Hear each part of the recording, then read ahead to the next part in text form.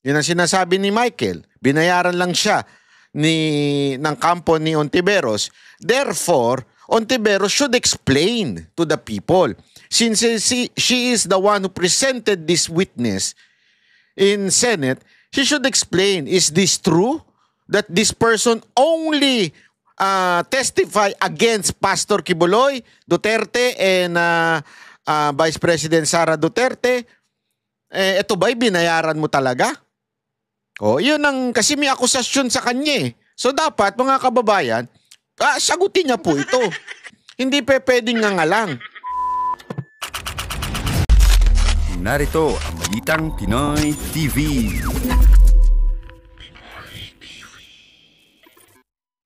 Magandang araw po sa inyong lahat. Ako po si Banat Bay at eto na nga ang init ng issue. Grabe. Pero bago po mangyari ang mga ganyang klaseng usapan, ulitin lang po natin mga kababayan, baka naman pwede mag-subscribe na po kayo kasi sa mga nanonood, 52% hindi nakasubscribe. Pero alam nyo nakita ko yung statistics medyo umaangat na po ito. Marami na po ang nanonood na nakasubscribe. Pero kung maaari pa, yung iba pa, yung remaining na nanonood, baka naman pwede tayo mag-subscribe. Okay. Ito na nga, pag-usapan na po natin saga saga ni Madam Ontiveros. Si Ontiveros talaga, oo. Sa dami-dami ng politiko, no? Hindi, mantakin mo mga kababayan, si Ontiveros ang epitome of hypocrisy in the Philippines. Parang alam mo, meron niyang nagsabi sa akin, parang kung sino yung mga nakasulat doon sa sa TRICOM, kinukuha lang nung ito yung mga nando sa TRICOM. Ito yung natin, puntiryahin na. Para bagang meron silang master list. Hindi ko alam may nagkwento lang sa akin ito kung totoo ito. Para bagang meron silang master list na, oy, ito na yung mga kalaban natin. So every time na meron kayong kakasuhan, ito na, kasuhan nyo na lang ito ng kasuhan. Parang ganun Parang ganun ang, ewan ko kung ganun. Kasi may punto si Attorney Trixie. Hindi nga sila nag-share Tataka nga ako Hindi. Iba-iba naman kasi kami ng porte, iba-iba. Alam mo, kahit nga ako meron nga yung meron nilabas yung hindi ko na lang babanggitin, hindi ko na pasisikatin kasi hindi mo pinansin. Merong nilabas yung, ano ba ito? I think it was correct me if I'm wrong I think it was Philippine Star na nagsabing kasama ako sa mga pro-China vlogger. Nung pinanood ko yung video, paano ako naging pro-China vlogger? Doon sa video, wala namang ako sinabi.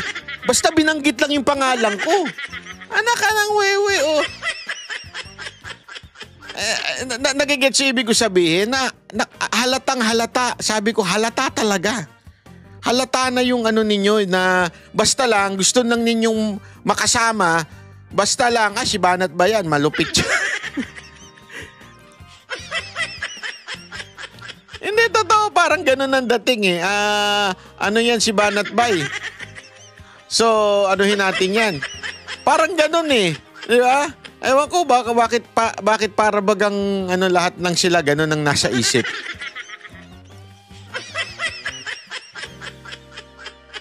Ay, nako. Anyway, sana lang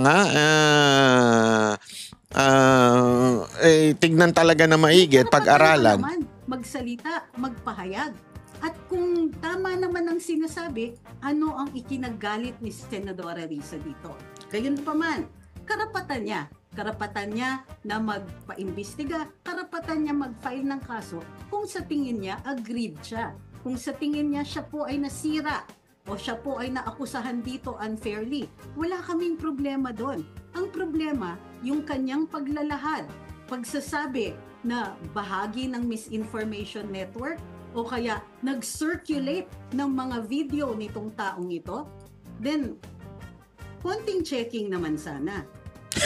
Attorney Trixie, for context, ano ho ba yung inyong komento in the first place tungkol doon sa video? Doon sa video, kasi medyo live kasi yun Sinabi ko, bago namin tinalakay, sabi ko, may naglabas ng video na ganito. Ito ang summary. Pero, Eto, papakita naman natin yung reaction na baka kasi sabihin ninyo, kasi kasama yan si Atty. Trixie sa mga kinasuhan. So, Ito, ang papag-usapan po natin for Wait today lang, is ha? the most Hindi ko recent na-prepare, development.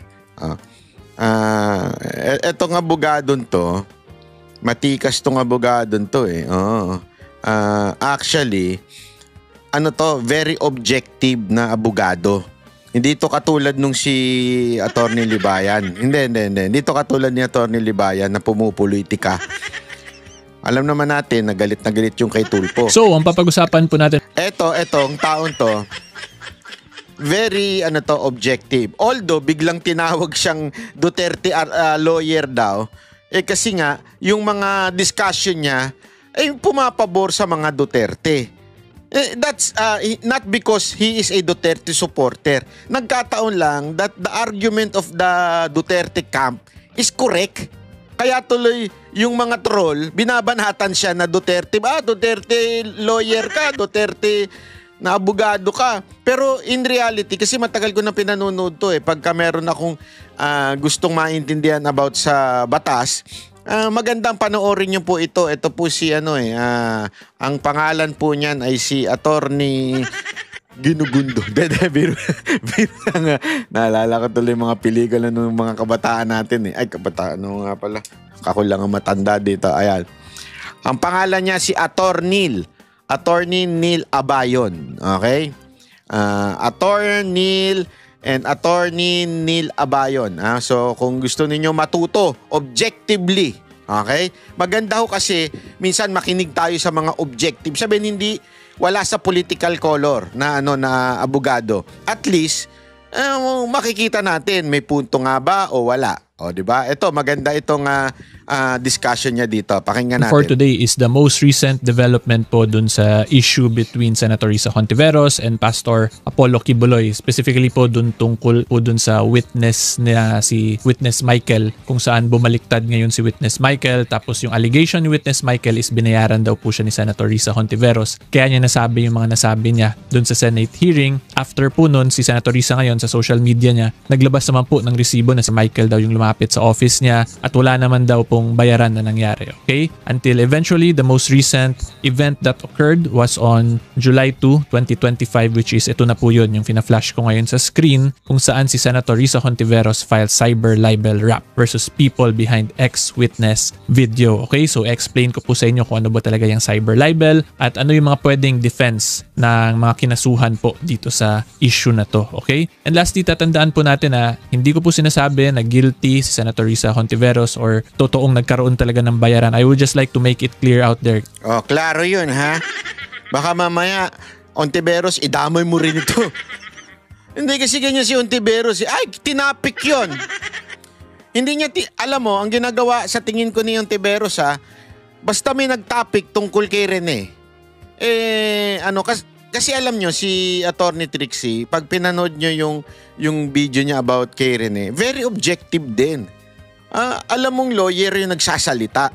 Di ba? Objective siya mag-itakil. As a matter of fact, tinakil niya nga pa, mas tinakil niya pa yung side ni Hontiveros kesa kay Rene. Di ba? Pero eto, ganun din. Nililinaw na lang niya. Baka mamaya kasi kasuhan din to ni Hontiveros Wag naman. Ikaw naman, porkit ginamit ko, kakasuhan mo na rin. Kasi minsan yung mga ibang tao po or ibang viewers ko is medyo parang fanatic po kayo sa mga certain political figures. Therefore, kung yung explanation ko, yung legal explanation ko is hindi pabor dun sa political figure na sinusuportahan ninyo in relation po sa legal issue na lumalabas dito sa public matter na pinapag-usapan natin, tingin nyo na mumulitika daw ako. Hindi po ganun yun, okay? I am simply explaining po the law that applies dito sa mga legal issues na pinapag-usapan natin in relation sa mga public events po or current events na binabalita po ng ating mainstream media. Okay? In other words, this is a legal educational video. Kung tingin po ninyo this is a political video, wala na po akong magagawa doon. But at the end of the day, Huwag ka mag-alala, Atty. Neil. Marami lang talagang kulto itong mga tanso. At talagang sila yung may troll farm na basta anything na papabor sa Duterte, ikaw ginagawa mo lang naman yung legal discussion. Alam mo si Pangulong Duterte at si VP Sara Duterte, grabe yan pagdating sa batas. They really follow the law. Kasi alam na nila yung mangyayari in the future.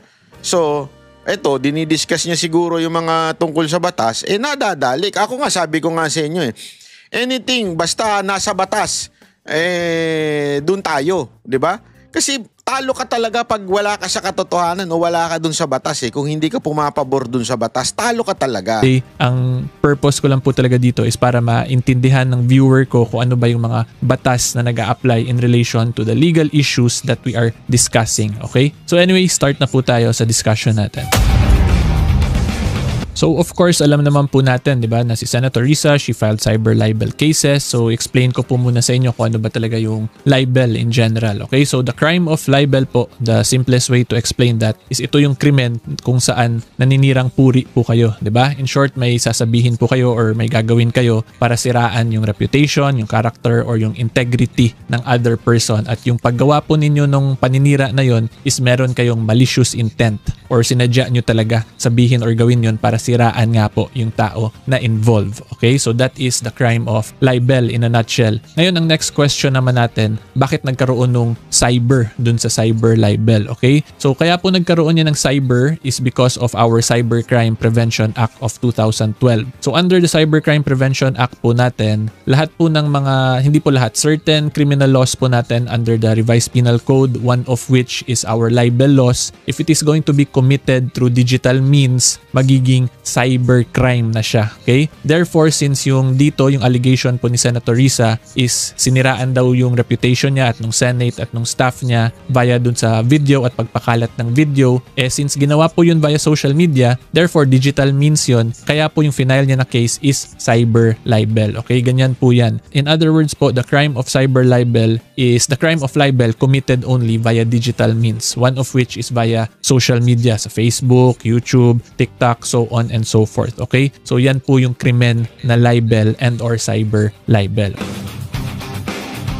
And dito po sa case si Senator Risa Hontiveros, of course, ang tingin po niya dahil pinakalat yung video na yun ni Witness Michael is na posibleng masira yung reputation niya as a person and as a senator. Therefore, she believes meron siyang valid cause of action for the crime of cyber libel. Okay? So ngayon, ang next question natin, kasi may nakita po akong comment bakit daw hindi sinama yung ibang mga mainstream media na nag-share din ng video ni Witness Michael. And the reason for that po, the simplest way I can answer that po, kasi tatandaan po natin yung isa pong tao, isang complainant, he or she has the full discretion po to determine kung sino yung fa-filean niya ng kaso. Okay? Yan po yung talaga yung prerogative niya or choice po yan ng isang complainant. So kung sa tingin niya dapat limited lang yung case dito sa mga taong binanggit niya, edi choice niya po yun. In other words, kung ayaw niya po isama yung other individuals, then that is fully dependent po talaga sa isang complainant. So hindi po natin pwede sisihin si Senator Risa dito kung hindi niya sinama yung other mainstream medias, because at the end of the day, she is the complainant, and if she feels na ito lang yung nag-violate ng karapatan niya, edi yun lang yung dapat niyang kasuhan. Okay? So anyway, ngayon tuloy po tayo sa next question natin. So ang sagot po dyan is kahit na po let's say totoo talaga, ito po for discussion educational purposes lang, baka kung ano-ano naman isipin ng mga basher natin dyan So let's say totoo po na nagkaroon talaga ng bayaran or ng tanim na witness. Okay? So kung totoo po yun, tapos ngayon yung mga vloggers is yun yung kinakalat nila na nagkaroon talaga ng bayaran and or tanim na witness, hindi pa rin po yun absolute defense on the side or for the benefit of the vloggers, kahit na po again for discussion purposes totoong nagkaroon nga ng bayaran and or tanim na witness, because very clear po yan sa Revised Penal Code natin. In Article 361 po, nakalagay dyan, proof of truth, diba? In every criminal prosecution for libel, the truth may be given in evidence to the court, and if it appears that the matter charged as libelous is true, and moreover that it was published with good motives and for justifiable ends, the defendant shall be acquitted. Okay? So nakalagay dito, kung totoo, the defendant shall be acquitted. However, meron po yang requirements. At ang requirement po niyan is that it was published with good motives and for justifiable ends. Okay? So kahit na po yun nga, nagkaroon nga ng for discussion purposes, nagkaroon ng bayaran or tanim na witness, pero kung pinublish mo po yung fact ngayon, tapos yung napakita po ngayon ng prosecution na when you publish that is meron kang malicious intent na para manirang puri, pwede ka pa rin po maging liable for the crime of libel. Ang mangyayari lang po dyan ngayon, mas mahirapan magpa-convict for the crime. But again, truth po is not an absolute defense if it will not be clearly established po by the defense na meron siyang good motive or justification justifiable end sa pag-publish niya na yon. Okay? So, i-rephrase ko lang po para mas maintindihan natin. Okay? So, number 1, truth is not an absolute defense. Okay? There is a second requirement po kasi. So, yung second requirement po niyan is that dapat may good motive ka and justifiable end sa pag-publish mo nun. Okay? So, again, kahit na po totoo pa yun na meron ngang ganun na ginawa ang isang tao tapos pinagkalat mo yun sa public, if you will not be able to prove kung ano yung good motive mo dun, pwede ka pa rin po maging liable for the crime of libel. So ito po, you can also apply this to our everyday lives. Diba? Kung merong mga may utang sa atin, wag nyo po basta-basta i-post yan. Kahit na po totoong may utang yan, pero kung wala kayong good motive or justifiable ends, posible at pwede po kayo maging liable for the crime of cyber libel. So I suggest before you post anything in social media, always consult po a licensed professional para iwas na lang po kayo sakit ng ulo. Kasi imaginein po ninyo in the crime of libel po kasi, usually ang ginagamit lang ding evidence against the accused dito is sarili lang din po niyang post, 'di ba? Kasi manggagaling po sa inyo yung libelous statement eh. So yun lang din yung isasubmit ngayon ng isang complainant sa korte, tapos kailangan mapakita ngayon ng prosecution sa korte na there was malicious intent in publishing that, at kung mapakita yun na may malicious intent, automatic po that it will be considered as a libelous statement. Okay? Again, kahit na po totoo yun, pero kung malisyoso nyo pa rin pag-publish, you will still be held liable. Okay? So anyway, ngayon punta po tayo sa final portion for today's video. Yan. So ang alam ko po itong mga pangalan na to yung mga nasama po sa kaso. So kung makikita po nyo, number 1, Trixie Cruz Angeles and Ahmed Paglinawan. 2, Crisette Kifichu. 3, Rabrances Forsas Rogando Sasot. Number 5, Aaron Peña alias Old School Pinoy. Number 6, Jay Sonza. 7, Banat Bay 2.0. 8, Tio Morena. 9, Redel Esguera. 10, Joy Cruz. Ay, hindi pala ako yun. 2.0 pala yun. Ang pangalan ko, Banat Bay. Wala pong 2.0. Ay, nako, Ontiveros. Alias Joy de Vivre every other day. 11, Jeffrey K. Eric Celis. 12, Attorney Randolph B. Libayan of Batas Natin. So ito po yung mga nadamay na vloggers sa kaso dito ni Senator Risa Hontiveros. So ang kailangan nilang mapakita talaga nito nila ng mga vloggers na to is, number 1, they had good motives to publish that. If they will not be able to clearly establish that, yun po ngayon yung magiging dilemma nitong 12 people involved. Because again, kahit na nga po, let's say, ma-prove later on na totoo ngang nagkaroon ng bayaran or tanim witness, despite that po, without the showing po there is a clear good motive to publish, posible pa rin nga po karoon ng liability for cyber libel. Okay? But again, I would also reiterate po, hindi ko po sinasabi nagkaroon talaga ng bayaran and or tanim witness, but I am just explaining po for educational purposes para mas maintindihan nyo talaga kung ano ba yung mga legal nuances or yung mga paliko-liko po in the crime of cyber libel. Okay? And baka curious lang din po kayo bakit naging cyber libel, di ba perjury yung initial issue? Kasi yung cyber libel po, ang purpose is, or yung crime po ng cyber libel is paninirang puri. So that's a different cause of action po from perjury. Kasi sa perjury, pag ang isang witness nagsinungaling under oath, yun po yung cause of action, yung pagsisinungaling. So dito, since tingin ni Senator Risa itong mga tong people involved dito is nasira yung reputation niya, so meron siyang cause of action for the crime of cyber libel. And against witness Michael, meron ding possible cause of action kasi si witness Michael mismo yung umamin ngayon or nagsabi na nagsinungaling daw siya, di ba? So yan po yung mga legal nuances ngayon dito sa issue ni Senator Risa Hontiveros and Pastor Apollo Quiboloy. Okay, so that is all for today's discussion. Most likely po pala yung next video na Ayan malinaw po. So, yung mga, yan napaka generic lang yung kanyang discussion about the cyber libel. May paninirang puri with malice at walang good motives. Ang sa atin naman po, paulit-ulit natin, shinare po natin yon. Ibig sabihin, atin pong shinare yon ay dahil po siya ay public official at siya po ay public official, kailangan sagutin niya yung paratang sa kanya na kung saan yun naman ang ginamit din niya. Again, remember, hindi naman niya po dininay na ito yung tao na si Michael, yung nag-testify. So, if this person testified in the Senate against Pastor Quiboloy, VP Sara Duterte, and PRRD, ngayon sinasabi binayaran lang siya.